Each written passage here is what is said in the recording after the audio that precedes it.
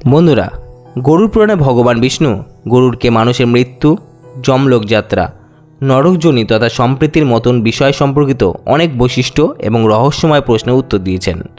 তার সাথে এও বলা হয়েছে যে কোনো ব্যক্তির অন্তিম সংস্কার করার পর তাদের পরিবার পরিজনের শ্মশান থেকে ফেরার সময় পিছন ফিরে তাকানো উচিত নয়।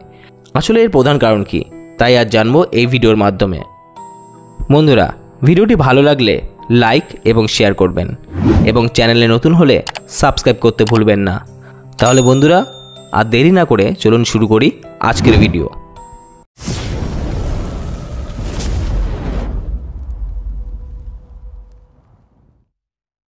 এই কথা তো আমরা সকলেই শুনেছি যে জীবন হলো একটি ভাড়া নেওয়া ঘরের মতো, যাকে বদলাতেই হয়, অর্থাৎ মৃত্যু নিশ্চিত।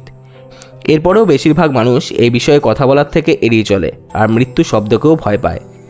এই কারণে যুধিষ্ঠির বলেছেন যে দুনিয়ার সবথেকে বড় আশ্চর্য জিনিস এটাই যে মানুষ রোজ কাউকে না কাউকে মারা যেতে দেখে, কিন্তু তারা স্বয়ং তাদের মৃত্যুর ব্যাপারে কখনোই ভাবে না যে একদিন সবারই মৃত্যু হবে। বন্ধুরা, আমাদের শরীর পঞ্চতত্ত্ব অর্থাৎ পৃথিবী, জল, অগ্নি, বায়ু ও আকাশ দিয়ে তৈরি, আর একদিন এরই মধ্যে সকলকে মিলিয়ে যেতে হবে। এই কারণে মানুষ যতই ধন সম্পত্তি কামিয়ে নিক, একদিন তাকে সব কিছু এখানেই রেখে যেতে হবে। এটাই হলো সংসারের নিয়ম, আর এই নিয়মকে না কেউ পরিবর্তন করতে পেরেছে আর না কেউ পরিবর্তন করতে পারবে। গীতাতেও ভগবান শ্রীকৃষ্ণ বলেছেন যে জন্ম নিয়েছে তার মৃত্যু নিশ্চিত, আর যার মৃত্যু হবে তার পরের জন্মেও নিশ্চিত। এটি হলো একটি চক্র যা অনবরত ঘুরে চলেছে। হিন্দু ধর্মে জন্ম থেকে মৃত্যু পর্যন্ত মোট 16টি সংস্কার আছে, যার মধ্যে 16তম সংস্কার হলো অন্তিম সংস্কার। এই সংস্কারে অন্তর্গত অনেক বৈদিক নিয়ম রয়েছে যা পালন করা জরুরি। না হলে এরকমটা মেনে চলা হয় যে যদি এই নিয়মের পালনে কোনো রকমের কোনো ভুল হয় তাহলে মৃতের আত্মাকে অনেক কষ্ট সহ্য করতে হয়।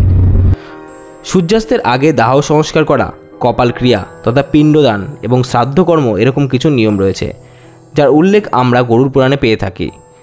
এর মধ্যে বলা হয়েছে যে মৃতের অন্তিম সংস্কারে করার পর তাদের আত্মীয় স্বজনদের মধ্যে কারোরই পিছন ফিরে শ্মশানঘাটের দিকে দেখা উচিত নয়। আসলে অন্তিম সংস্কার করার পর শরীর চলে যায়, কিন্তু আত্মার অস্তিত্ব সেখানেই থাকে। কারণ গীতাতে বলা হয়েছে যে আত্মাকে কোনো অস্ত্র কাটতে পারে না, আগুন জ্বালাতে পারে না এবং বায়ু শুকাতে পারে না। আর ওই আত্মা মৃত্যু থেকে শুরু করে মৃতের অন্তিম সংস্কার পর্যন্ত সমস্ত কাজ নিজের চোখে দেখে।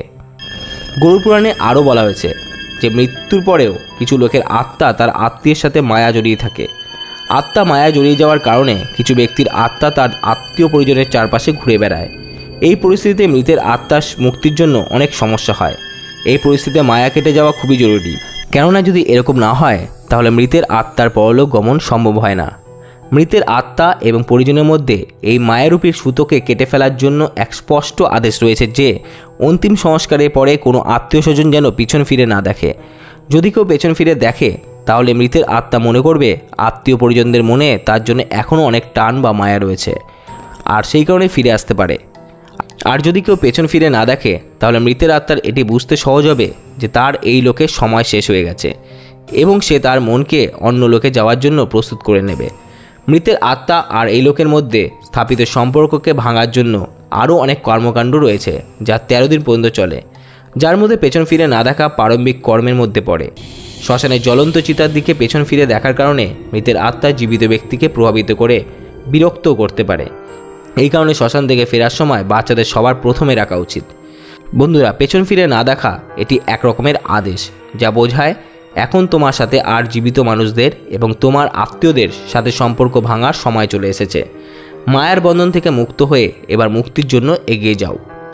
বন্ধুরা, আজকে তবে এটুকুই। আবার দেখা হচ্ছে নেক্সট কোনো ভিডিওতে। ধন্যবাদ।